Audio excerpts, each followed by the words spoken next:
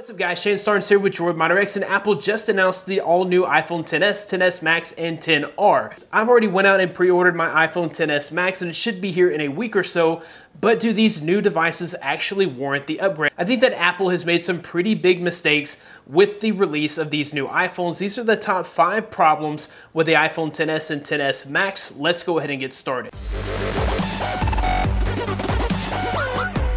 The number one and most egregious problem with the XS and XS Max is the fact that they don't include some everyday accessories that you need to get the best experience out of these new iPhones. The iPhone XS does not come with fast charging out of the box. In fact, it just comes with a standard charger. You're going to have to pay money out of pocket to get the fast charging experience, as you're actually going to have to go out and purchase a fast charger. Not only does it not include fast charging out of the box, but it no longer includes that 3.5mm headphone jack to lightning dongle. You're going to have to pay $50 out of pocket to be able to use your wired headphones with the iPhone XS and XS Max, and that has to be the most egregious problem with these phones. The second problem is the fact that these phones come with 64 gigabytes of onboard storage for the base model. If you want more storage, you're going to have to pay extra. Now that the cameras are capable of 4K recording, even at up to 60 frames per second, we need storage for huge game files. If you want to be able to store movies and music on your device,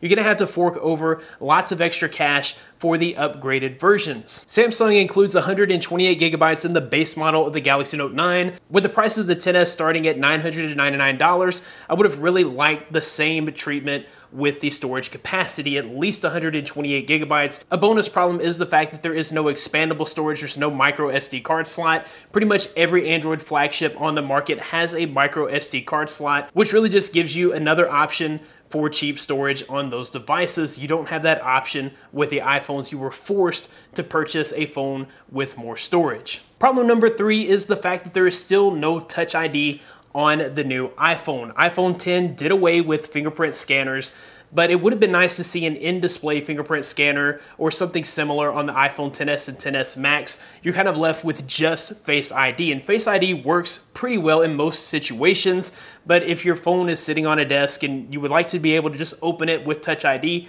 that option is no longer available. It sometimes does not work well in low light situations, and sometimes it can just be awkward to have to lift your phone to your face.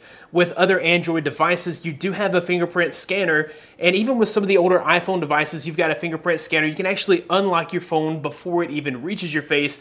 That way you're able to go ahead and use your phone. You don't have that option with the XS and XS Max. Problem number 4 with the XS and XS Max is that ridiculously large notch. Most people probably won't find an issue with the notch. They've probably already gotten used to it with the iPhone X.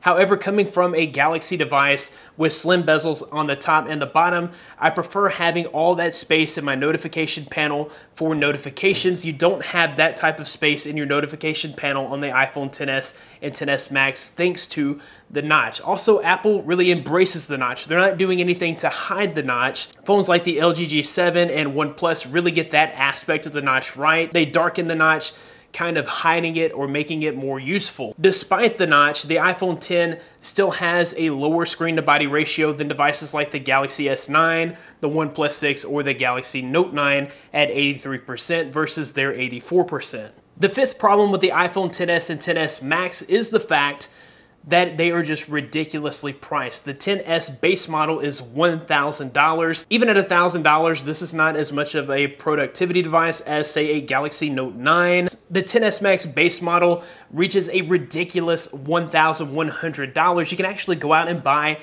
a MacBook Air or something like that for the same price. When you consider upgrading the storage options, you're looking at $1,250 for the 256 gigabyte version and $1,450 for the 512 gigabyte version. You're paying nearly $1 per gigabyte extra, more like 75 cents per gigabyte extra to expand the storage on these devices, which I think is just ridiculous. But when we continue to pay these prices, they're just going to continue to make them skyrocket until we tap out and say enough is enough. All in all, the iPhone XS and XS Max are incredible phones. They're going to sell millions and millions of these devices, but there are a few mistakes, and most of these are just Apple being greedy. The fact that they don't include those extra accessories, the fact that they are kind of ripping us off on those storage options. Maybe those things don't bother you. What are your thoughts? Let me know in the comments. Are there enough issues with these devices to warrant you skipping this generation of iPhones, or have you already pre-ordered yours? Let me know in the comments. That wraps it up for this video. If you liked the video, be sure to give it a big thumbs up, subscribe to the channel. Thanks for watching. Be blessed. I'll see you in the next one.